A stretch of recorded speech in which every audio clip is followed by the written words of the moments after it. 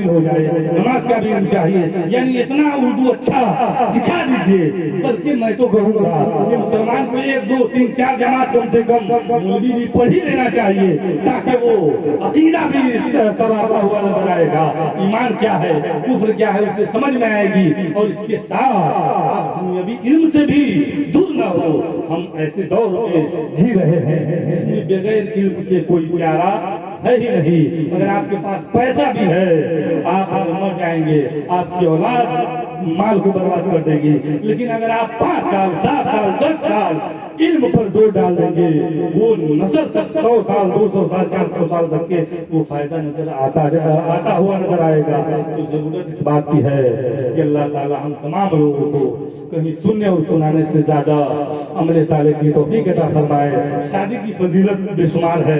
अक्सर शादी में हम फजीलत बयान करते रहते हैं कि शादी की फजीलत क्या है, लेकिन नीयत ये होनी चाहिए। जो इस नीयत से शादी करता है कि मैं अब इस सुन्नत पर अमल करने के बाद मैं अपनी नफ्सी ख्वाहिशात को कंट्रोल में रखूंगा, मैं अपने दामन को गुनाह से बचाऊंगा, फिर अल्लाह ऐसे शख्स का जिम्मा, उसकी मदद करने का जिम्मा अपने ऊपर लाजिम कर लेता है।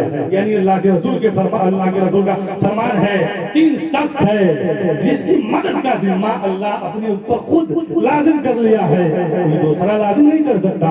अल्लाह की मर्जी है किसी की मदद करे या ना करे, कोई लाजिम नहीं कर सकता, लेकिन अल्लाह अपनी मर्जी से अपने ऊपर लाजिम कर लेता है। एक शख्स वो है जो इस नियत से शादी करे कि मैं अब इस निकाह के बाद, इस शादी के बाद गुनाह न करूंगा। और जाहिर सी बात है, निकाह ऐसा अमल है कि ऐसा ही गुनाह से बचाने लगता है। निकाह ये जरिया है, ये ऐसा अमल है जिस तरह नमाज बुराई से रोकता है, इसी तरह निकाह भी निगाहों में हया पैदा कर देती है। निगाह बहकती है तब शर्मगाह बहकती है, तब आदमी का नफ्स बहकता है, तब आदमी गुनाह करता है। तो निकाह से निगाह में हया पैदा हो जाती है। तो इसकी बेशुमार फजीलत है। तो जो इस नियत से करे कि अब हम इसके बाद गुनाह नहीं करेंगे, तो अल्लाह उसकी मदद का जिम्मा अपने ऊपर करम ले लेता है। कितना अच्छा ऑफर है, बेशुमार फवाइद है। जो सुन्नत पर अमल की नियत से निकाह करता है उसको अल्लाह मालदार भी बना देता है।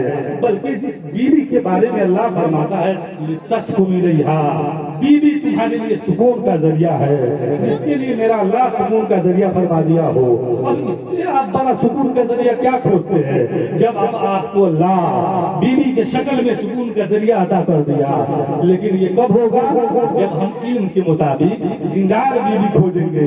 आदमी बीवी या बहू खोजने जाता है तो किस बात को देखता है, 4 बात से शादी करता है आदमी, या तो उसके मालो दौलत की वजह से, या तो उसके हुस्न की वजह से, या तो उसके खानदान, उसका खानदान बहुत बड़ा है, मालदार है, उसका हमें कभी साथ होगा, उसका कभी मदद होगा, यही होता है, या उसका अखलाक दीनदारी।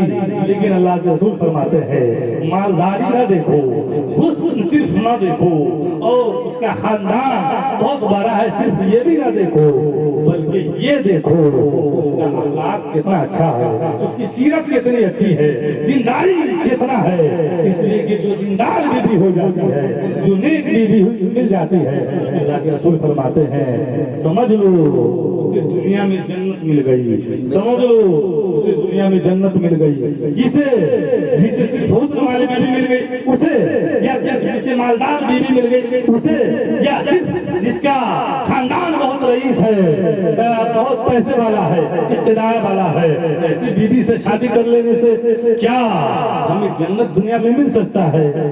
नहीं, किस कम मिलेगा? जो अखलाक में अच्छी होगी, जो दीनदार होगी। इसलिए कि जो दीनदार होगी यकीनन इल्म रखती होगी, इल्म के मुताबिक वो अपने शौहर, अपने ससुराल वाले का हक अदा करेगी। और कभी जब हक अदा करेगी तो घर का माहौल कभी खराब नहीं हो सकता।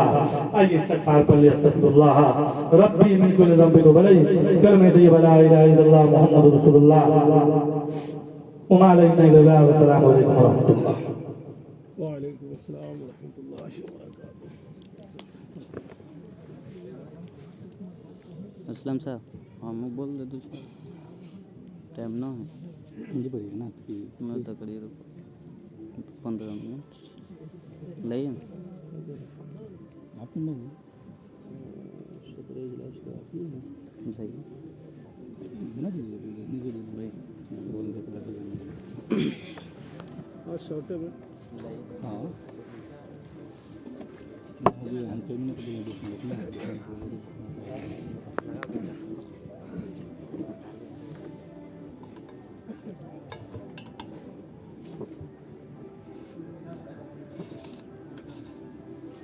मोबाइल को देख सबको दे दीजिए वीडियो करने के लिए वीडियो करना है हाँ देना ए महफूज लो वीडियो कर दो मुअज़्ज़ज़ व मुकर्रम सामने बैठे मोहतरम सामईन किराम अस्सलामु अलैकुम व रहमतुल्लाहि